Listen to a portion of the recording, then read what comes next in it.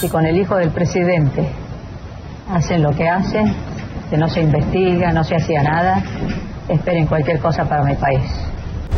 El 15 de marzo de 1995, Carlos Menem Jr.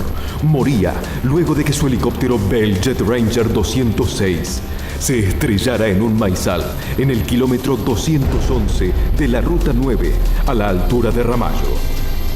¿Fue un error humano o un atentado? ¿Cuántas hipótesis se manejaron vinculadas con la presunción de un atentado? ¿Cometieron algún delito los médicos que lo atendieron en San Nicolás? ¿Cuánto dinero llevaba Junior en el maletín? ¿Cómo se explican las muertes dudosas alrededor del caso? ¿Existió un tercer pasajero? ¿Eran balazos los agujeros que se encontraron en el helicóptero? ¿Por qué no se les realizaron autopsias a los dos cuerpos? ¿Hubo encubrimiento? ¿Quién se había robado el Rolex Submariner? Fue el tercer atentado. ¿O piensa, doctor, de que si no fuera el tercer atentado, estarían haciendo oídos sordos todos los integrantes de gobiernos anteriores? El primer atentado fue la Embajada de Israel, el segundo atentado el que sufrió la AMIA, y este sería el tercer atentado. El que usted... La similitud del trabajo que hicieron personajes locales. ¿Usted considera que en la muerte de su hijo intervinieron personajes locales para la no le reproducir quepa la menor duda que hubo personajes acá locales? Junior salió de la Quinta de Olivos. Llegó a Don Torcuato cerca de las 10 o 10 y cuarto de la mañana del 15 de marzo de 1995. Cargó allí más de 200 litros de aeroquerosene en la plataforma. A las 11 llegó Silvio Oltra. Carlos Menem Jr. lo esperó con los motores encendidos. El aparato tomó altura y partió rumbo a Pueblo Ester, en Santa Fe, donde ambos iban a competir en una carrera de TC2000. Aquí nos vamos a detener. ¿Estaban solos Oltra y Carlitos? ¿O en Don Torcuato subió alguien más? La teoría del tercer pasajero tomó vuelo alto cuando el 29 de mayo de 1996, el periodista Jorge Boinwasser dijo que el tercer pasajero era La noticia decía que la modelo Delfina Frers había viajado con ellos unos tramos y que la dejaron en un country. Frers fue llamada por el juez de la causa. Un año después, Delfina no se acordaba qué había hecho ese día y le respondió al juez: ¿usted sabe la cantidad de cosas que una modelo hace en un día? Nunca se supo si en realidad viajó o no en ese helicóptero. El tercer pasajero, según la causa, nunca existió. Junior y Oltra seguían volando. Nadie los vio hasta que el helicóptero llegó al kilómetro 160 de la Ruta 9. Salvo por lo bajo que iba, no había nada anormal, nada llamativo, dijo una testigo en el kilómetro 168 de la Ruta 9. Pasó los cables por arriba apenas a 6 metros. Después bajó y siguió volando a la misma altura, dijo otro testigo 500 metros después. Iba por el medio de la ruta a unos 15 metros del piso. Se elevó para pasar el puente y lo perdí de vista, dijo un testigo en el kilómetro 171 de San Pedro. Otros testigos lo vieron pasar en el kilómetro 204. Tan bajo iba que a un peón que cortaba el pasto le voló la gorra con el viento. Otra persona, 500 metros después, lo vio volar a unos 40 o 50 metros por encima del suelo. Rafael Villafañe lo vio pasar por la estación ESO a 15 metros de altura y luego lo vio estrellarse contra los cables. La causa dice que desde el kilómetro 205 al 211 es de abrumadora coincidencia que la máquina estaba sin desperfectos mecánicos al oído y a la vista, y que no existían maniobras que indiquen una presunta evasión ante agresiones externas. Estábamos hablando por radio con el patrón y por ahí vemos el helicóptero que aparece por allá. Y mi compañero dice: mirá que bajo, dice. Y lo empezamos a mirar todo, que venía por la ruta. y arriba de un auto iba. Lo pasa el auto y cuando mi compañero dice, se estrella contra los cables. No, le digo yo, no sé, no llega, lo va a sacar. Dice, no, dice, se estrella contra los cables, dice. Bueno, cuando llega en ese momento ahí a los cables, se siente la explosión. Yo salí corriendo, cruzo todo el campo corriendo hasta que llegué al lugar, que lo vi a las dos personas abajo, incrustados abajo los fierros. Cuando llegaron dos muchachos más, que le pedí que me ayuden a sacarlo del que estaba vivo, aunque sea porque estaba lleno de nafta y se estaba ahogando bajo del helicóptero. Estábamos ahí y vimos que venía un helicóptero del lado de Buenos Aires para Rosario. Nos llamó la atención porque venía muy bajito, nosotros le calculábamos la altura del cartel ahí de Shell. Lo vimos sorprendido porque los helicópteros siempre pasan a forma alta, en un lugar alto, y este venía muy bajo, sobre la ruta.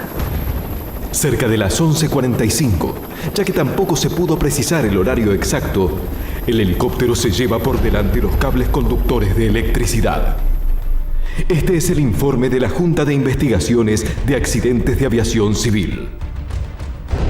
La revisión de los restos ha permitido determinar que el helicóptero impactó los cables a una altura de 11 metros en la zona del mástil del helicóptero, pasando estos entre la parte superior del cortacables y el plano de giro del rotor principal, dejando marcas y signos de arcos eléctricos en el material del eje del rotor.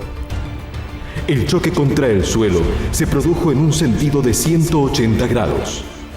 La estructura frontal se destruyó totalmente. El cono de cola se quebró. El mástil del rotor principal se cortó. El helicóptero, al chocar contra el suelo, se desplazó unos 12 metros. Silvio Oltra, el pasajero, murió instantáneamente. Menem Jr., el piloto, era trasladado al hospital de San Nicolás.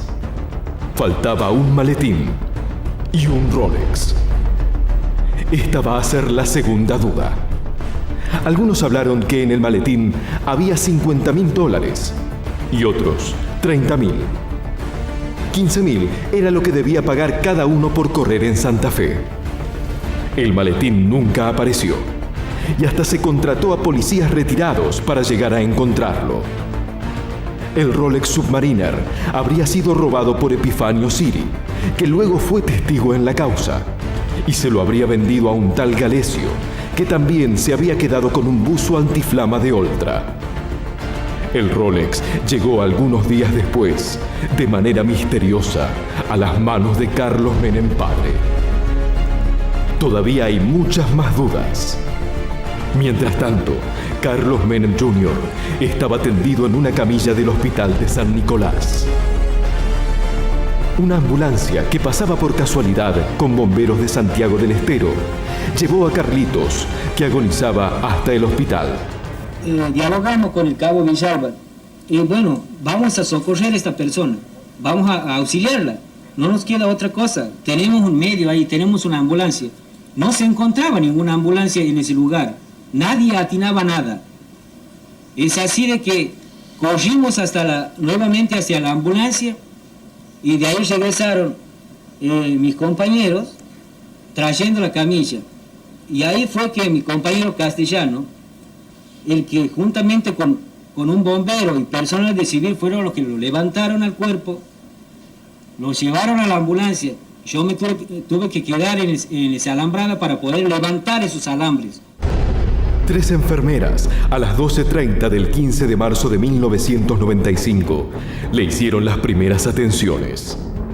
Le aspiraron la sangre de la boca y le colocaron un tubo para que pudiera respirar. En el quirófano lo canalizan para reponer la sangre perdida. A las 13 horas se procede a la transfusión de medio litro de sangre. Uno de los directores del hospital cuenta qué ocurrió después de las 13:30. La primera parte, desde el ingreso hasta las 13:30, que realiza el primer paro cardíaco. A las 13:40 repite el paro cardíaco y desde las 13:40 hasta las 15:10 se realizaron las maniobras de resucitación o de reanimación. Esto es masaje cardíaco externo, administración de medicamentos y no sale de ese paro cardíaco, o sea, no sale del estado de paro en esos 90 minutos que se practica todo ese tipo de manejo. A las 15 horas y 10 minutos se constata fallecimiento. Este paciente ingresó con un traumatismo cráneoencefálico grave. ¿Diagnosticado de qué modo? ¿A través de la radiografía? Sí, clínicamente en un principio y después confirmado por el examen radiológico, donde se comprueba fractura de base de cráneo, que es una lesión incompatible con la vida. Y aparte significa que si se hubiera tardado media hora o un minuto en el traslado o hubiera tenido el accidente dentro del quirófano del hospital, tampoco se hubiera salvado porque es una lesión incompatible con la vida. ¿Qué hubiera ocurrido si lo atendían en el Maizal? Sin duda, se podría haber hecho bastante. Por lo menos, ayudarlo a respirar y sacarle de la boca fragmentos óseos, piezas dentarias sueltas y sangre. A las 16 horas, se traslada el cuerpo de Menem Jr. a la morgue. De más está contar el sufrimiento de la familia mientras salían del hospital. La empresa funeraria Misiano se hizo cargo del traslado del féretro hasta el centro islámico. De allí, el cortejo fue hasta la Quinta de Olivos.